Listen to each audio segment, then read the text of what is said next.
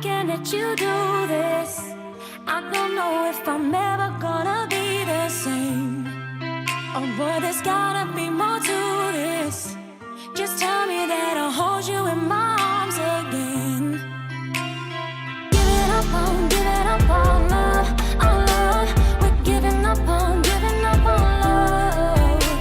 We're giving up on love, on love.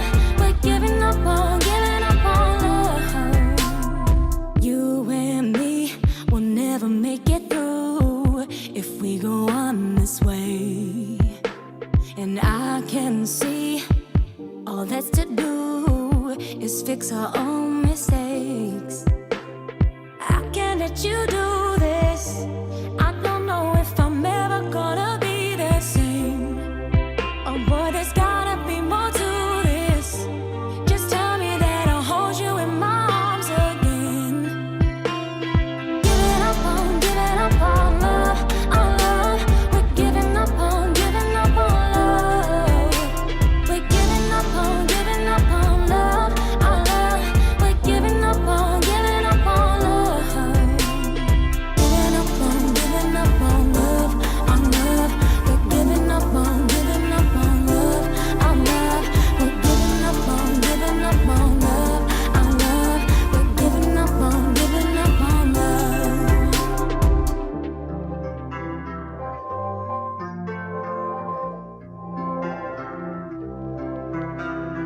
Giving up on love, on love. We're giving up on love. We're giving up on love, on love. We're giving up on love. Give me your love, give me your love, just give me your love, give me your love, give me your love, just give me your love.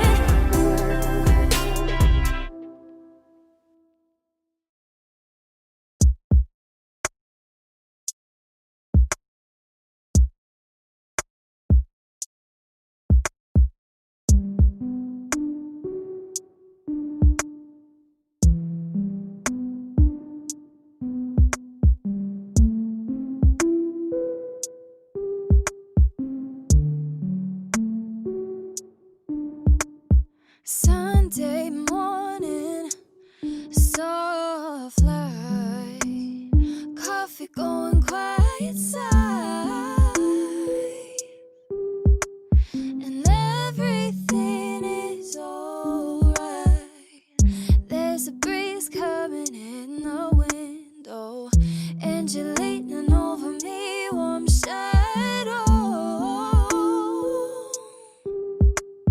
How do we always lose track of time?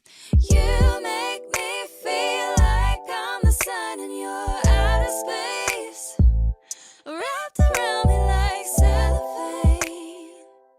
We've been laying here since Saturday. Oh, and I just can't see it playing out any other way. I wanna feel just like this every day. I'm your forever always, always. And you can have my Saturday nights. I could be a Sunday morning weekend paradise.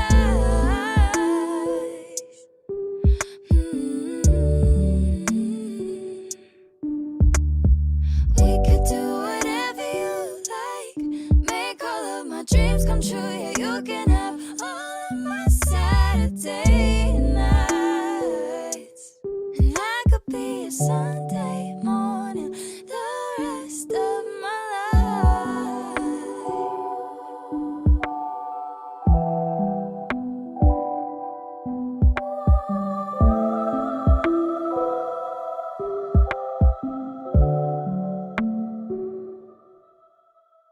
Slow song playing on the radio, birds sing.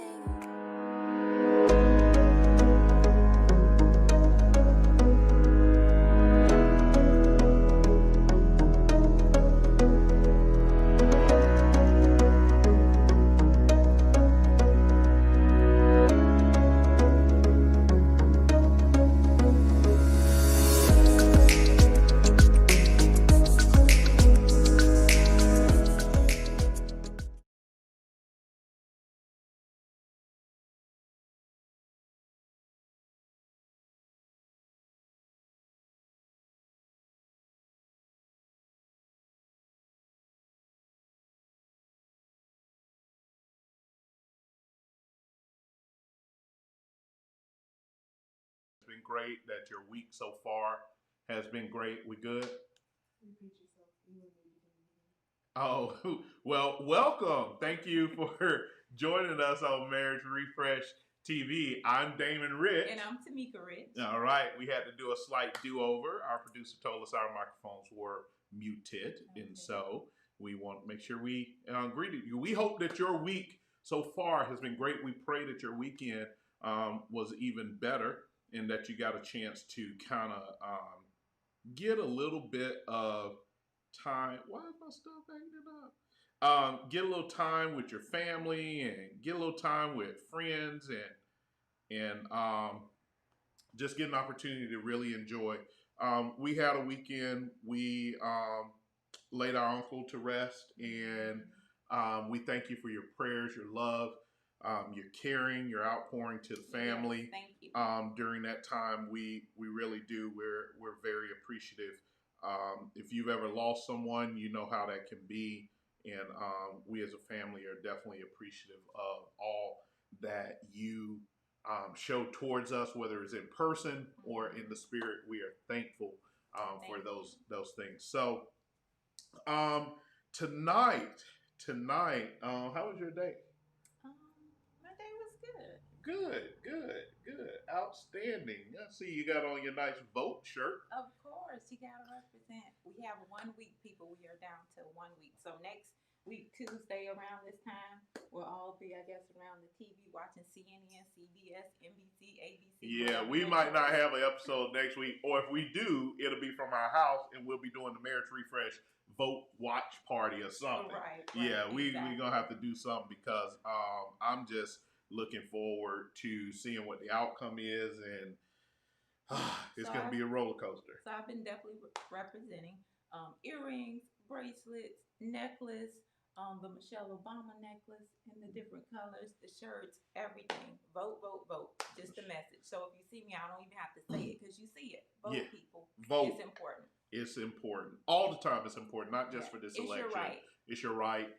Please exercise it. And so here it is. I'm wearing my I am the brand because I want to remind you that I am the brand, and I want to remind you that you are the brand, and that's hashtag live off script. You know, sometimes you just got to take it off script a little bit. So we'll talk about those things. So tonight we are going to be talking about healthy relationships. So we're taking this beyond just marriage, and some of the stuff we're going to talk about is going to be true no matter what relationship, what type of relationship you're in, whether it's a friendship, whether it's a marriage relationship, whether you just been dating for a long time, whether it is, and egad, people are going to scream because the preacher said it, but we know it's out there. Whether you're in a LGBTQ, I always mess them up. Don't get mad with me.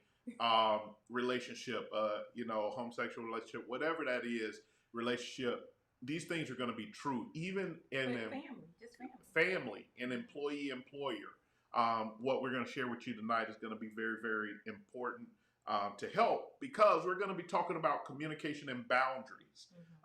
So I asked my beautiful bride to come up with a topic, and she did not disappoint. This one, it could probably go a couple of episodes. I do want to let you know, because we switched up some of the technology, that even on tonight, if you want to ask us a question live, if you want to join us live to ask a question or join in on the discussion, if you look in the description on Facebook or even in Instagram, although we're not broadcasting on Instagram, but if you look in the description, you will see a link. We can bring up to 4 guests on at one time. If you want to come on, ask your question or what have you, will be a part of the discussion. Just be a part of the discussion. You can click that link. Our producer will be notified, and you'll be placed in the green room, and she will bring you up on screen in its due time. So here's the great thing. We switched up technology like I told you, and you can join us from your phone. You can join us from your tablet. You can join us from your laptop. So you have 3 different options. It used to be only the phone, only the laptop. Only the tablet, only the laptop. The new technology that we kind of upgraded Just You're came all out. about that new technology. Yes, it just came out of beta. I'm a Mac user, so I use Ecamm Live. Greatest piece of software ever. Restream, which is what we use to broadcast everything to you. I'm going to do a tech talk, so I won't go too deep. It is coming to challenge them, but right now we use Ecamm, and they just brought something out of their beta that will allow you to join us from either of those three devices, and so it's a great thing. Obviously, if you can join us from a laptop or computer, that's better, or a tablet, that's better. But you can use your phone. If you do use your phone, just turn it sideways, and you'll be on the screen with us. So, with that being said, we're going to jump into our topic, right? And I want to read a couple of things because I want to kind of start with boundaries a little bit. And then I want to jump into the communication because I think the boundary part is all a part of it. Should be in your notes. If you hold on, I'm offering live on air. No, I can't. You sure? That is not it. See, let me do what I was doing. You So let the techie do what he was doing. sharing what I was doing. Woo! Oh, It's bad. in our notebook that we share together. Together. Oh. Okay, yeah. Yeah, it's in our so if notebook. you want to go to the link, you can. But there's a couple of things. We want to start with boundaries because I think in a lot of relationships, we all fail to set proper boundaries with the people we're in relationships with, as well as the people that are ancillary or around the relationship. And so I want to read a little something from this article that I found. So it says setting good personal boundaries is critical, underscore critical, to creating healthy relationships. Setting good personal boundaries is critical to creating healthy relationships. Increasing, this is what happens when you set good personal boundaries. Increasing self-esteem and reducing stress, anxiety, and depression. So if you're wrestling with some self-esteem issues, reducing stress, anxiety, or having stress and anxiety and depression, there is a chance that part of that is due to the effects of not setting good boundaries. So it allowed people to come in and tear down those parts about you. So then it continues. It says boundaries protect your personal self by setting a clear line between what is me and what is not me. That's good. A lack of boundaries opens the doors for others to determine your thoughts, feelings, and needs.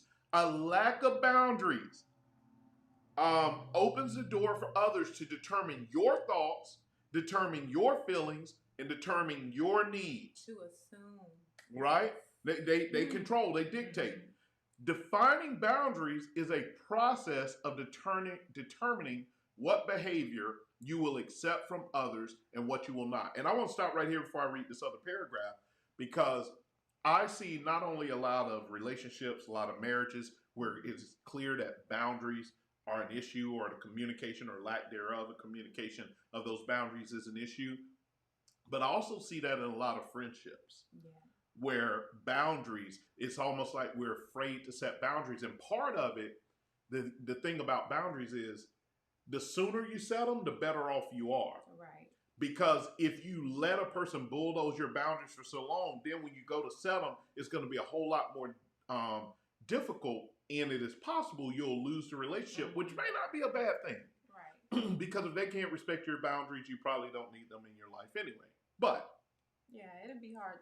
It'll be hard for them to respect. You will start respecting those boundaries once you set them, because they'll either take you for granted, figure, hey, you never had them before, why now?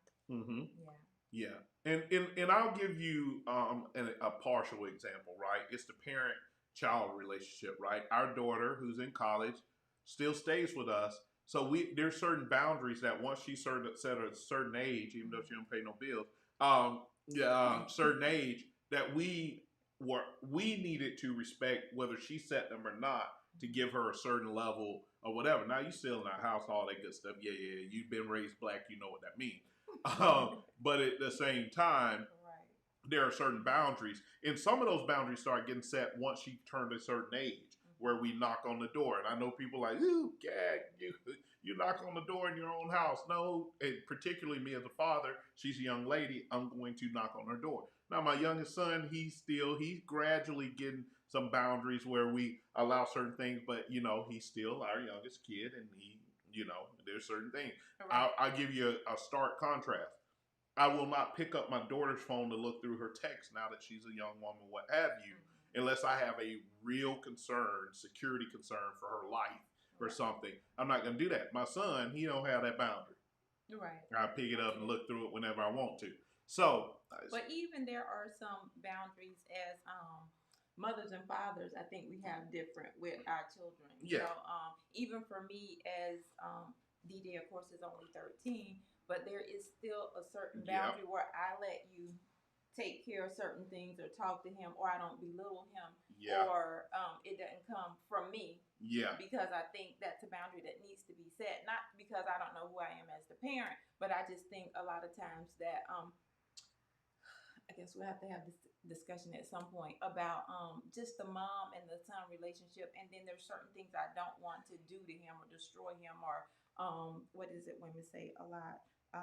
Emasculate? Yes, that. Yeah. To him. So there is even a boundary there that we have that I let you, hey, when I get to a certain point, I need you to take care of this and talk to me.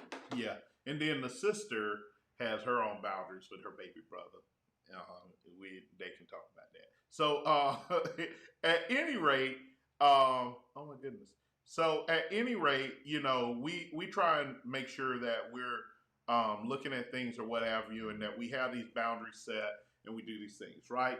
So here's the second part out of this article paragraph. The whole article is good, but this second part, it says boundaries include physical boundaries as well as emotional boundaries. I think a lot of times people set physical boundaries, but they do not set emotional boundaries. Physical boundaries include your body, personal space, and privacy. Violations include standing too close, inappropriate touching, even looking through your personal files or your phone. Emotional boundaries involve separating your feelings from another's feelings. And so there's two key areas we want to hit about boundaries is emotional traps and setting emotional boundaries. In the article, we're going to just kind of discuss their 6 points about emotional traps. It says emotional boundaries fall into the categories of time, emotions, energy, and values. Categories of time, emotions, energy, and values. So that's how you kind of think about emotional boundaries. Your time, your emotions. What is it going to cost you in your emotions? What's it going to cost you in your time? What's it going to cost you from an energy perspective? And what's it going to cost you from a value perspective? Now, that value one is interesting because, that value. So here are some emotional traps they mentioned, and I'm just hit each one and let's see what you think. It says, I am nobody if I'm not in a relationship. My identity comes from my partner, and I will do anything to make this person happy. Emotional trap number one. That's crazy. Speak on it. That you feel like you're nobody if you're not in a relationship. I think first you need some counsel. My identity, I think key there is my identity comes from my partner. Yeah. Yeah. Yeah. Your identity shouldn't come from someone else. Yes. Yeah. Your identity should not come from someone else. And this is, again, friendship, relationship, marriage, intimate relationships, family ships, job ships. If from your job, if your identity comes from your work, that is an emotional trap that you're setting yourself up with. If your identity comes from, or you do anything to make your friends happy, that is an emotional trap. And I've been there because I had that kind of esteem issue or whatever, and I felt like I had to do whatever, become someone completely than who I was raised to be. Thank God that he works all things for your good because I loved him. But it was called according to his purpose. But here's the thing. My identity, I became just to be accepted. And I've talked about it a couple of times. It's like the girls didn't want the good guy. They don't want the smart guy, and it's something that I've told both of my sons. I tell my daughter as well. Listen, never sacrifice who you are to become who someone else wants you to be, because the most difficult person to find after you have lost them is yourself. Right. So that even goes back to your morals and your values. Yes. Because all of that is wrapped up in your identity. I love to say, show me your ID. That's showing me your identity. Who are you at the core? Yes. Yes. And I think that that's so important because, listen, I will never, once I found me again, and it took me a while, and I can't tell you that haven't wrestled with losing me sometimes again, but finding me again, that's like, I protect that with all seriousness. I don't let anyone, my wife, my kids, no one intrude on who I am. And I don't mean that it's not a struggle sometimes, but I try and let no one make me lose me again. Because like all things, it takes work to constantly work on that and knowing who you are. Because as you change, you grow up, you mature, you evolve. You know, you're constantly seeking out. This is who I am in this season, in this time, in this day. As you just get older, you know. Yep. And hopefully you're maturing as you get older. Not everybody, but hopefully. That's true. That's true. So don't forget, you can join us live, ask questions live on air. Go to the description, click the link from your phone, tablet, or laptop, and laptop or computer, and you can join us live on air. So the producer will get notified, and then we'll bring you in. So here we go. Emotional trap number 2. This is better than the last relationship I was in. This is better than the last relationship I was in. That's interesting. And I was going to say, I don't know, did we touch on I will do anything to make this person happy? If you want to jump back, go ahead. I just go think back. that's scary, that you're willing to do whatever it takes to make another person happy. Well, yeah. Right. Yeah. Well, not that you don't want to make people happy, but not to the point where you lose who you are, or you completely go against sometimes what you believe, what you value, to make somebody else happy.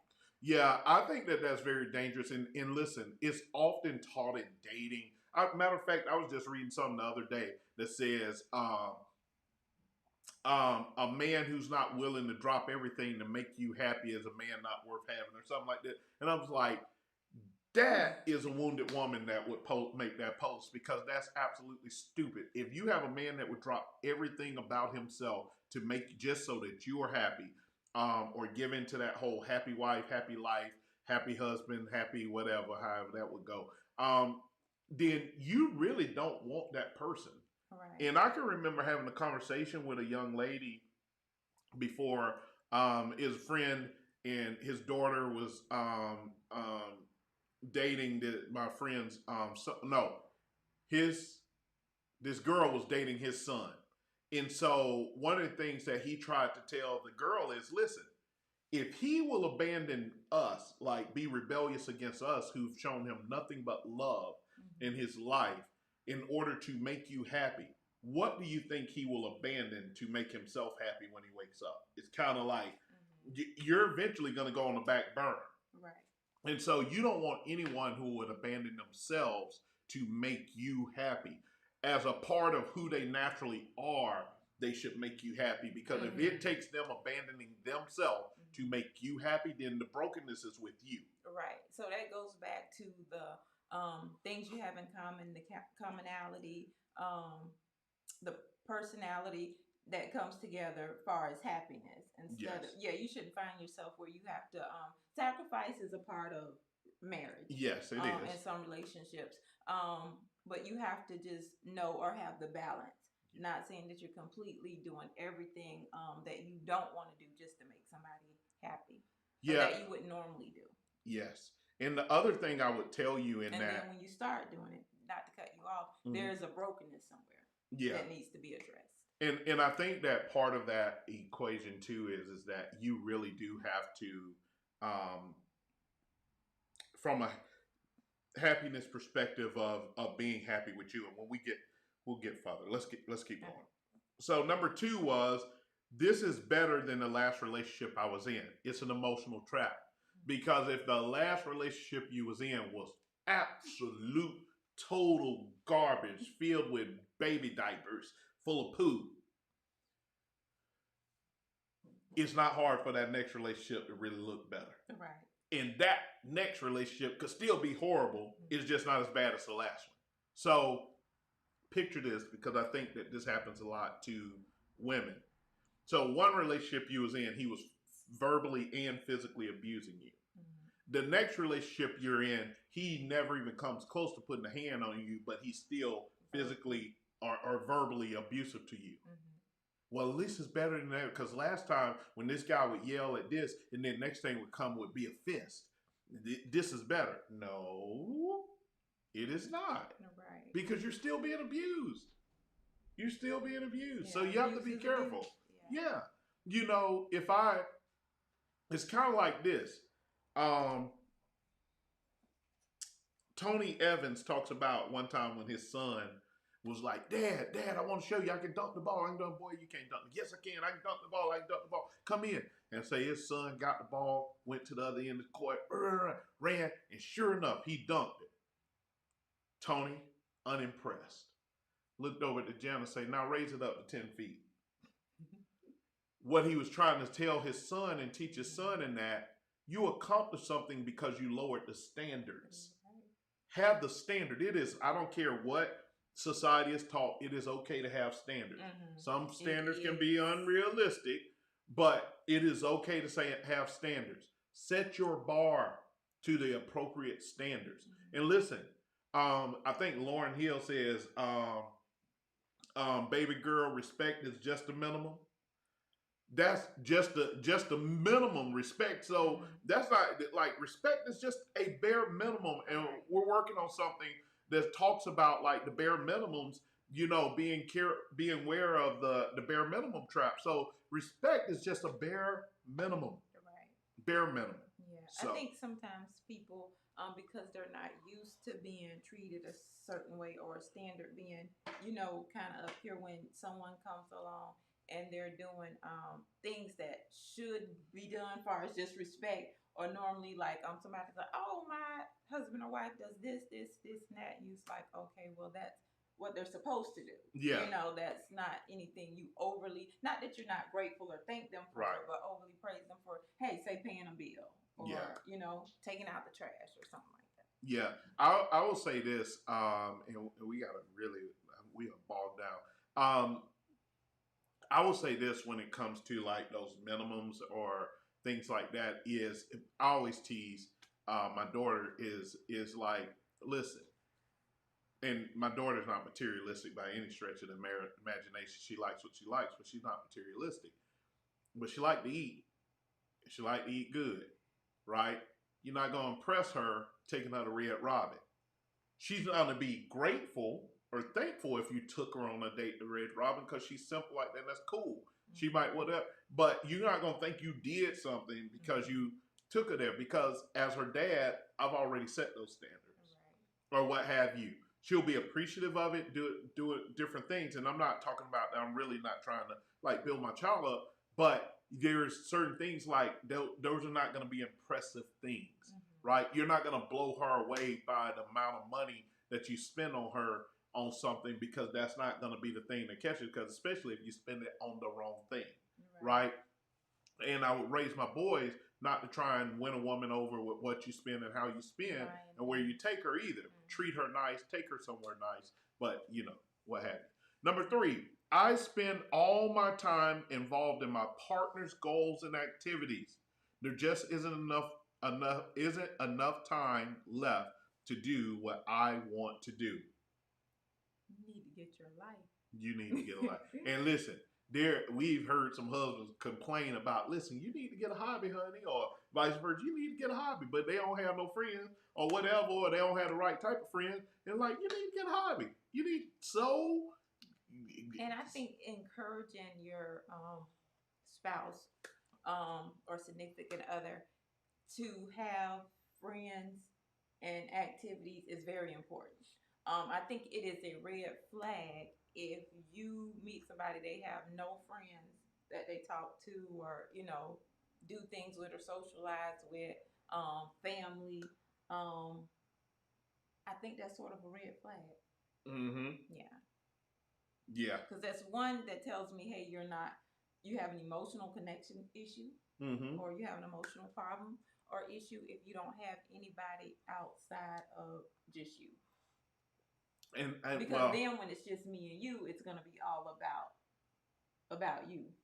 yeah, and I would temper that a little bit because I'm an introvert. I do people in doses.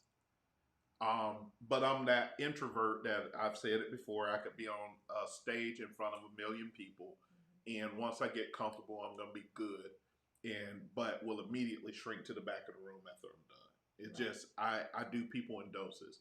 So I do think it's a temperament of who that person is. Some people are just so comfortable with themselves and just don't like drama, so they don't really associate with a bunch of people. Right. Not But being so a social butterfly, yeah, having a lot of friends or a lot of people, because sometimes that's just not the personality. But to have nobody else yeah, that you yeah. can do something with or talk to or whatever, because I think it puts a strain one on the relationship. Mm-hmm. I can't do anything outside of you. I agree. There's I an agree. issue. Yep. Mhm. Number 4, my partner would be lost without me. Emotional trap number 4. Baloney. My partner, because then you're setting yourself up as your savior for your partner, and as soon as they show any independence, it's going to break you. Right. Well, I didn't know you could cook. I didn't know you could do that for yourself. I'm just so used to always doing for you. Or whatever. Me and my wife tease sometimes. She'll say something. All right, I ain't gonna do it. I'm like, I know how to cook. I know how to do that. I might can't do it like you, but I'm gonna eat. Right. You know what I'm saying? So Yeah, he tried to throw that out there every once in a while. But that's even like on your job, when you don't think you're replaceable. right. Hey. Did I hear a comment, director, producer? Comment, yeah. What's the comment? Right. There is no need to boundary on who you hang with. Who's that? God, mom. Godmom? Okay, good. All right, so we're trying to get her there. Trying to get her there. Got to get an alternate monitor where we can see too. But at any rate, number 5. If I just give it more time, the relationship will get better. There are certain signs that it's time to walk away. Yeah. And listen, that line is different versus if you're married and if you're not. I don't give single people in relationships. That's what I said. Single people in relationships, because until you get married, you're still single. I don't give single people in relationships the same advice I give to people who are in marriage. Right. Because there's a whole different set of consequences. And I'm not just talking about divorce, but there may be impact to kids and all other kind of stuff. I don't give the same advice to single people who are in relationships that I give to married people.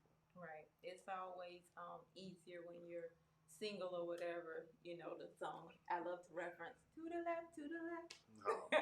Right. Just say get your stuff and go. Versus being married and you're invested and there's so many other things. You don't just be like, okay. Yeah, speaking of you might want to now. I'm not saying you may not want to. Matter of fact, I'm glad you sung To the Left, because To the Left is illustrated by Beyonce in that, she could sing that song when she was single. When she got married, she sung Lemonade and stayed in that marriage. Right? She destroyed some stuff, tore up some stuff, let her sister jump on her husband, all that good stuff, but she stayed. Right? Different advice. Yeah. To the Left was a single song. Lemonade was a marriage song. What's that one song? Point. Huh? I said point taken. Yeah, point taken. What's that song?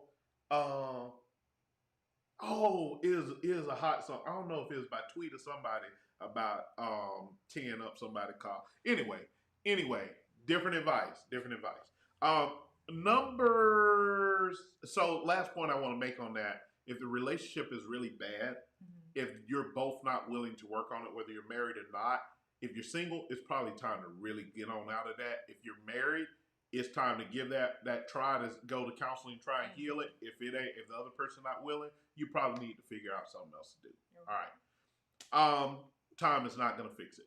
Number 6, most of the time the relationship is great. Okay, well, occasionally it is, and that's enough for me.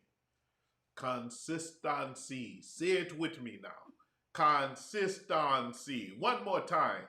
Consistency. Now, can you take the French out your voice? Consistency. Thank you. Okay, and that wasn't French. That was something. Yeah. Prayers for Nigeria and what they're going through. That wasn't my Nigerian accent, but some form of Africa. Listen, so consistency. If that relationship is not consistently good, if you have more bad days than good days, that's an emotional trap. Okay? Anything else you want to add to that? No. All right. So let's talk about setting emotional boundaries. I really want to get down to these conversations because I marked a couple I want to talk about, get your take on. So, setting emotional boundaries. The article says this: setting boundaries starts with making a commitment to yourself to put your own identity, needs, feelings, and goals first. Healthy emotional boundaries come from believing that you are okay just the way you are. You don't need fixing. That's not saying you don't have some brokenness that needs to be healed, Right. but you're on that journey. You don't need someone, you're in a healed place. You don't need someone to come fix you. Right? To make you there like in this. I forget the name of the show where he was watching the thing and the guy was like, he asked the girl would she get braces and basically said, well, what if she'd have said no? And he's like, well, if she wouldn't have got braces, we probably wouldn't be in this relationship. Listen, you need somebody to fix you. Say yes to the fiance or something like that. Listen, if they looking at you, and now I can understand if somebody's looking at you and saying, hey, getting your teeth fixed wouldn't be a bad thing. But not that I'm going to make my relationship decision based on that. Remember, you can join us live. You can talk to us. You can join the discussion. You can ask your question live on air by simply going to the link, clicking on it. Did I turn on the interview thing? Is it down there? The interview thing is down there. Okay, good. So clicking on it, and then our producer will get you brought on. But anyway, when he was like, you need to fix your mouth or else I ain't going to be with you, I think that's a problem. And the girl tried to play it off. Yeah, I have been thinking about it. No, you hadn't. And her sister was one called it out. Fixing you. All right. That's an example of fixing you. When you're But do you think that that was fiance, but a fiance or other spouse should be able to tell you some things about yourself to help, hey, this makes you more attractive, or what's going on with this, kind of check you on it all depends on motive, right? Definitely. I think it all depends on motive. I am already chubby. I don't need you to tell me. Okay? I need to do something about this chubbiness. I'm working on it. So I need to encourage you. I don't constantly need to be yeah. Encouraging me to, like, I like to see you in a 2X, whatever, get down to a 1X. That's great. But let's be careful with that. And the motives. But it just depends on the motives.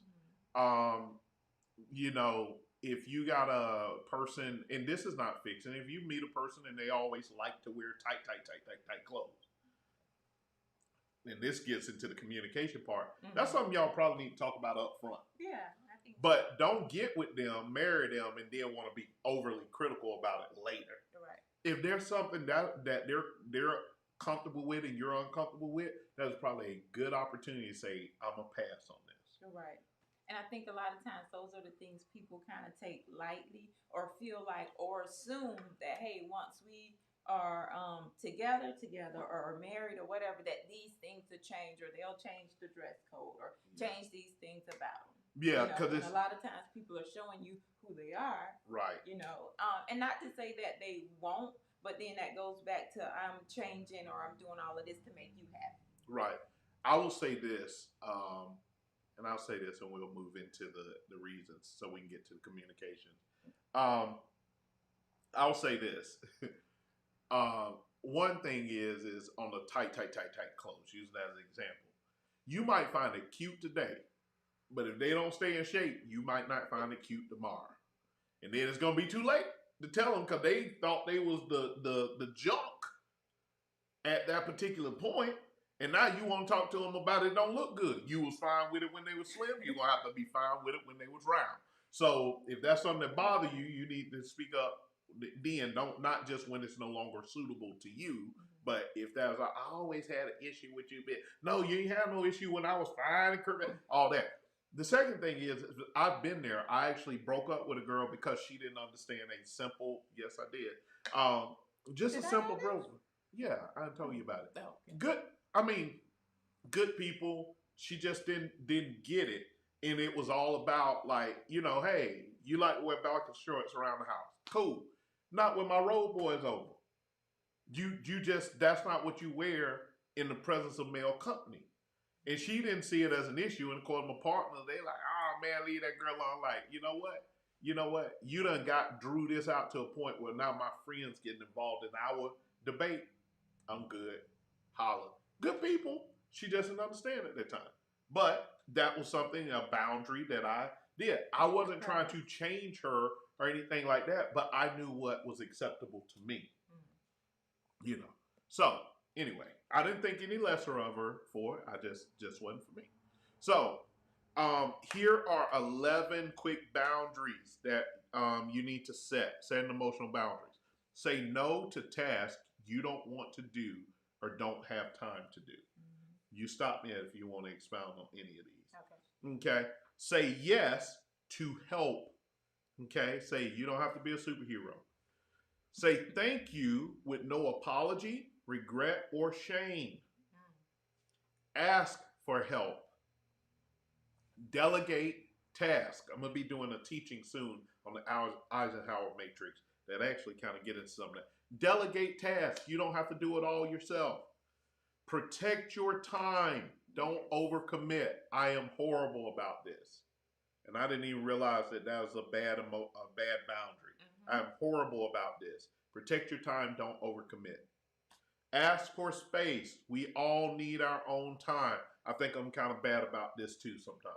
That I have set off a time for me, and then I let people, and it's not that they're trying to be rude or intentional, but I let people and bulldoze on it because it's like, I feel I got to answer if certain such person call. Right. And I think even in marriage, that sometimes you need your space. You need to do, stuff outside of each other. Yep. Yeah.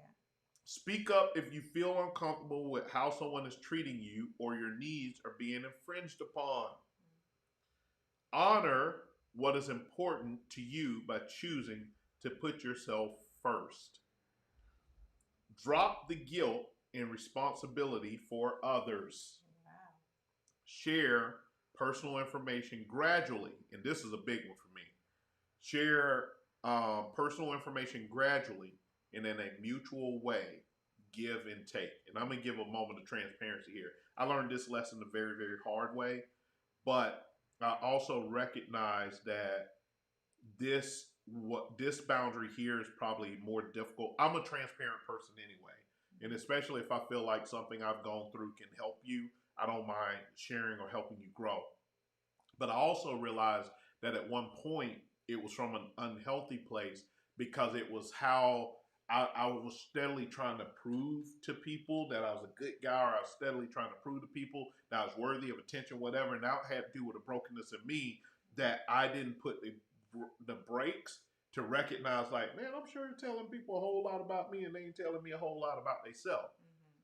That is a big time, not just in relationships, like intimate relationships, but friendships. That's real big. I'm going to say this for station identification. If you have a friend who always is not that they asking, but they always get in your business and very rarely share any vulnerable or not vulnerable with you, that is a friend that you need to probably cut off from telling your stuff, because that person really, there's no vulnerability there. So they can hurt you, but you can't hurt them. And I'm not saying it's about hurting people, but that's the thing. Yeah, I agree.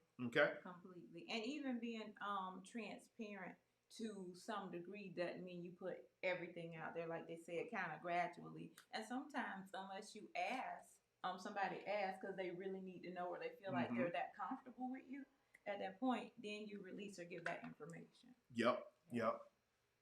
So I just say that, and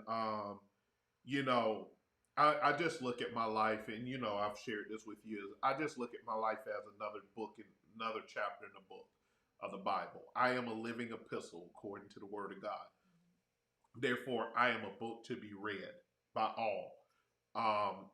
David couldn't edit his story. I can't edit mine. And so you do have to use wisdom, but when you're talking about it, there is a difference in sharing your story with people that you have no connection to versus sharing your story with people that you think you have a connection to. That's true. Because people that have no connection to you, they can't really hurt you with what they know for the most part. But people that do can. And usually that's who will be used to hurt you. But anyway. But even in these 11 things, emotional boundaries, you see a lot of vulnerability here. Yes. But it's like you are, it's like you're empowered, or this empowerment belongs to you to give out. Yes. At the end of the day, however they use it or whatever, you're not guilt, it's not shame. This is what it is. And you're laying it out there. No pride. You didn't see a lot of pride in this, because a lot of these things is, hey, the pride is going away when I'm able to be vulnerable, share these things with you, tell you exactly how I feel, and leave it there. Yes. Right. Yeah. So, you sent an article for us to read about 39 discussions every couple needs to have before getting married. And I picked out a couple of mine. I don't want to go through all of mine out of the things, but I didn't know where you want to go with this. No, I was just thinking, some of them are we've talked about before that, are just natural to have on that list. But a lot of times I think we don't talk about or ask a lot of times, or either afraid to ask. And we'll read some of these, and you can give us your feedback about, would you ask, one, you should be really serious about this, because if it's somebody you want to marry or you're looking forward to spending the rest of your life with, are questions you should be able to ask or talk about. And that helps start the communication process early on versus later. We're starting to really communicate and dig in and dive into some things early, because I need to know, you need to know, we want to know. Yeah. And so some of these I was like, we're very interesting, and some of them be like, who had these conversations early on or before you made that commitment or walked down the aisle, because you're so involved or in the in love part, or the fantasy part of it, or the good times that you're having, not taking the time to sit down and be like, looking forward to the future and the things that actually comes along with marriage and relationship. To ask these questions and kind of know, it helps you get to know the person. Right. Yeah. Right. Now, if they tell the truth or not, I mean, that's kind of on them. Yeah, that's true. Right. That's true. So, which ones jumped out at you? I had a couple, like 1, 11, 2, 3, 10, 12, 13, 14, and 18 all jumped out at me. What jumped out at you? This one jumped out not as one of those, oh my goodness, I wouldn't be able to ask, what would you do in case of infertility? Because you should talk about childbearing and all of those kind of things, before marriage. But most people just go, you want to have babies? I want to have babies. We're good. Or either, I don't want to have kids. You want to have kids. You don't take the conversation further. Yeah, and with you being an OBGYN, that's definitely, one of those things. You've seen the struggle of people trying to have kids, and you've probably even seen some of the impact on it. I think that's a good one. I think in this modern age, that question expands a little bit, and they don't really touch on this because I'm sure they're looking at it from simply heterosexual relationships. But I read an article in Ebony or Essence, one of the two. Might have been Essence. I got it saved somewhere. And to me, it was heart-wrenching. And I know some people will ridicule me for what I'm about to say or whatever. I think it's wrong. But this question kind of gets at the heart of having that discussion about kids and being truthful with one another, right? I've even had some people in the LGBTQT relation or community say, well, that shouldn't be important. I get it. Okay. But the story was of a guy who used to be a woman, who used to be a man. The family knew that he used to be a man. But the family chose not, hey, that's on you. You got to have that. So they got married. And, while they were dating and this and that, and he was talking about how he was looking forward to having a baby and how much he was looking forward to, just going through the pregnancy process and being that ideal husband through that or whatever. Right. And this was before they ever got married, and was like, yeah, I can't wait. I'm excited about all those things. And matter of fact, was interesting, and I heard this come back up again on the radio the other day from somebody else, and they was talking about like what should I do, or I saw it on the internet. A friend of mine posted it, like what should I do, because it's like the husband, like they had decided in both stories. Actually, I don't think these are the same stories, but the person like, what should I do, because they was trying to get pregnant and they were struggling. So the husband was like, okay, we're gonna go to IVF and try and do that. And then the appointments kept getting canceled, and they kept canceling because they knew why they couldn't have kids, right? But in the story I read, in essence, they knew. And then the husband's like, okay, we've got to figure this out. I want to have kids. And it's like, aren't you open to adopting? Like, if we can't have any kids of our own, I'm willing to adopt or whatever. I love you, this and that, but I really want us to try and have kids on our own. Let's try every possible. And once we exhaust that, well, they're never going to have kids. And that's where the story kind of dropped off in the Essence article. They're never going to be able to have kids. And then the person that was writing this was languishing because they're like, I don't know how to tell him. He's going to probably leave me and blah, blah, blah, this and this and that. It's going to probably be a horrible outcome because, one, they probably didn't have, they had these conversations about what they want, but maybe they didn't get deep into it. Some people are like, well, it shouldn't matter if you love that person.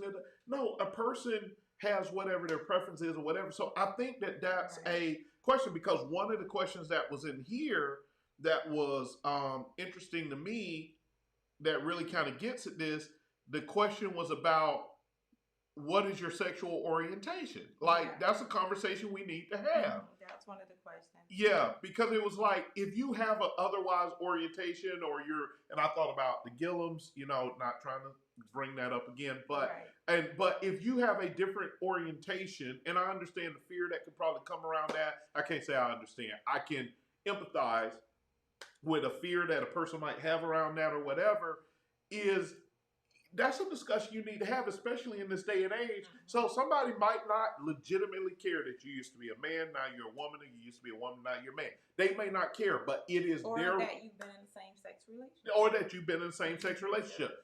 It is that person's right to have that conversation, right? If you as a woman who like women and now you like men and that's a conversation that y'all should be able to have and be comfortable about, right?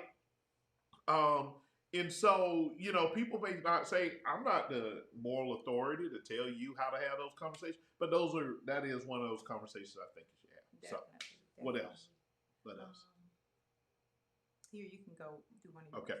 So I'm going to cover my number 1 and number 11 because this is actually questions we ask people from a different, we phrase it differently. But there's 2 questions. Do you want to marry me? 2, that last word is important. 2. Do you want to marry me? 2. Because see, if you stop before the 2, do you want to marry me? A person could just say, yeah, I want to marry you. I mean, I wouldn't do it if I didn't want to marry you. But the 2, meaning you are similarly motivated about marriage like I am. Right. It's not just you're a checklist. Just settling or you're saying okay, for whatever reason. And number 11 was, why do you want to marry me? Right? You want to marry me too. And so those 2 things I think really get at the heart, because I think especially for ladies, sometimes you get taken away with the emotion, but I think even a man who works up the courage to ask a lady to marry him may get carried away in the emotions too, of like, do you want to marry me too? Or is this like part of your fantasy and so you're just checking your box? Oh, got my degree, check. Got a nice career, check. Want to get married, check. Right. Is it just part of the fantasy checklist? So I thought those are definitely two good conversations to have. What kind of sex life will we be having? And I don't think that's a conversation you really need to have early on, because of course, if you're abstinent, or we promote being abstinent until you say I do. Not everybody follows that, but I don't think that's something you ask right off the bat. Yeah. But I think it's definitely a conversation after you say we are engaged and you set a date and we're getting married. You need to have that conversation. Yeah, so I think November we will be having a sexisode or 2. We'll leave the kids at home. Yeah, we'll leave the kids at home, or we're gonna get into it. But that is what kind of sex life will we be having? I definitely, I think that's when you're getting closer to. you know, some of these questions I agree with because they insinuate like you need to try it before you buy it type of thing. I get it. And before I got married, I would agree with them. But once I understood the emotional damage and the emotional toll and the barriers it puts up for you in learning each other, I would advise against it. I really do understand now why God says, wait. Right. Wait, but wait, you do wait. need to know if you agree on like certain things about Yeah. sex. Yeah, I think you do. So, let me see. Here's one of mine. How do you feel about religion?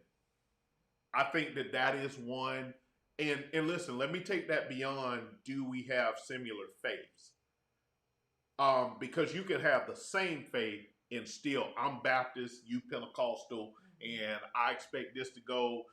Now I'm sitting over here looking at my spouse cockeyed because they ain't never spoken tongues because maybe the Baptists don't believe in speaking in tongues and all that. So this goes beyond just that. It's like, how do you really feel about religion? Right. And having that discussion, you know, because for me, it's not going to work if you believe in praying to a tire.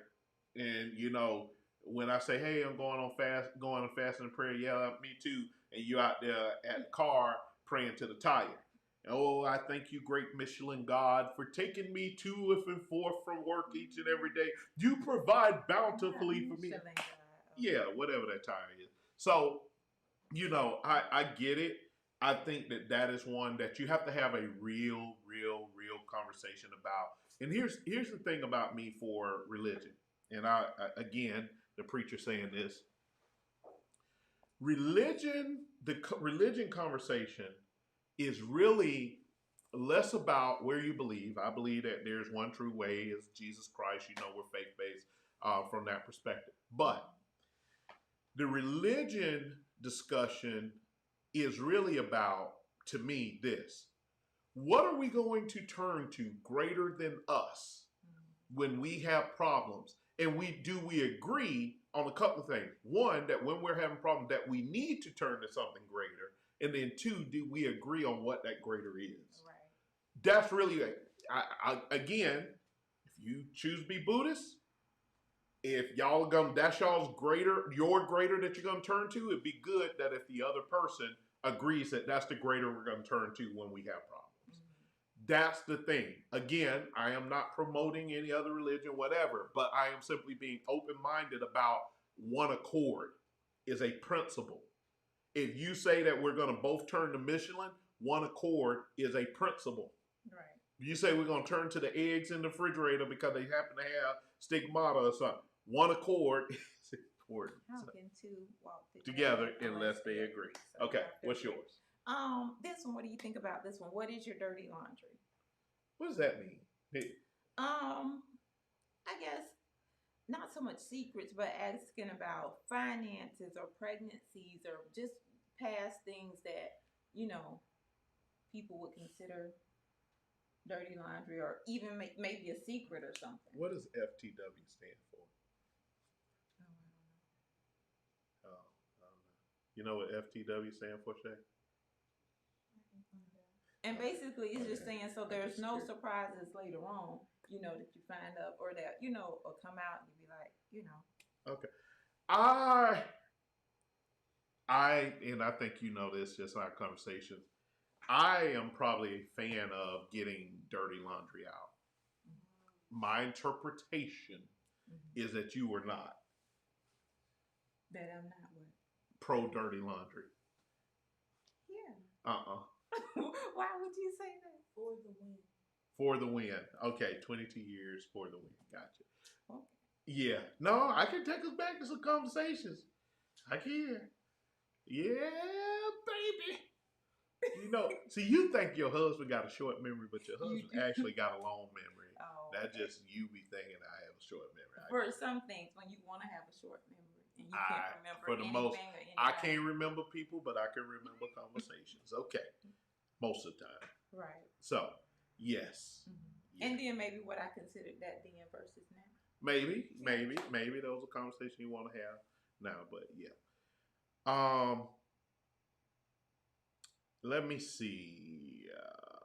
But I do think to some extent, especially if you think it's something that's gonna be damaging to your future, or that you even think may come up later Most or people come want to out. keep their secrets until they come out, and then they want to be sorry about the secret when it come out. And when you had the opportunity to tell, you didn't tell it. And this is my take Yeah, on that. not that it's not hard. Yeah, Yeah. too bad, so sad at that point. You got to deal with the consequence because you made a decision to keep your secret.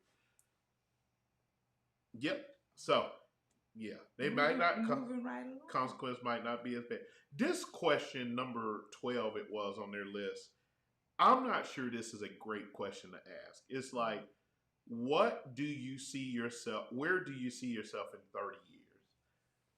To me, I think that's a great conversation to have. Just kind of where you're going. I guess I just disagree with the year part of it. I'm not saying you don't want to plan for the future and have something, but so many things can happen in between that moment and later. Because here's what I think happens: a person may have the best of intentions in thinking about where they're going to be in those 30 years, right? But things happen. And then all of a sudden, when you're nowhere near where you said you're going to be, the person want to hold. You remember you said in 30 years, here we are on year 15, and we still doing the same thing. Blah, blah, blah, blah, blah, I blah, blah. think that's perspective and how you look at it. I think you definitely should have that conversation, and not that the person. It depends on the relationship, and not that the person holds that over your head or beat you up with it. You know, You hope not. Yeah, You but it should be more of an encouraging conversation. Yeah, you hope not. So here's the thing about the 30. And what are we gonna do together to get to this Yeah. goal or spot in 30 years? Yeah. I think you should do some planning, but I just think 30 years is so far out. You don't know. No. You don't know what's going to happen in between here and 30. I just think you don't know. I think, like, I do think it's like, what is your 1 year, 3 year, 5 year plan? You know, to at least have an understanding that this person is thinking about some stuff. But to say 30 years, where I see myself in 30 years? What did they say? Probably happily divorced. Then you already know it's a wrap. It's some people that was married for 40 years then decided to get a divorce. They didn't see themselves there 30 years from now. Matter of fact, you know what? At 40 years married, 30, they say still happily married to you. And it was true. But then 12 years later, wasn't true no more. So we get ready to hard and long about that one. I did. I sure did. So what about this one? How much time do we want to spend with each other? Hold on.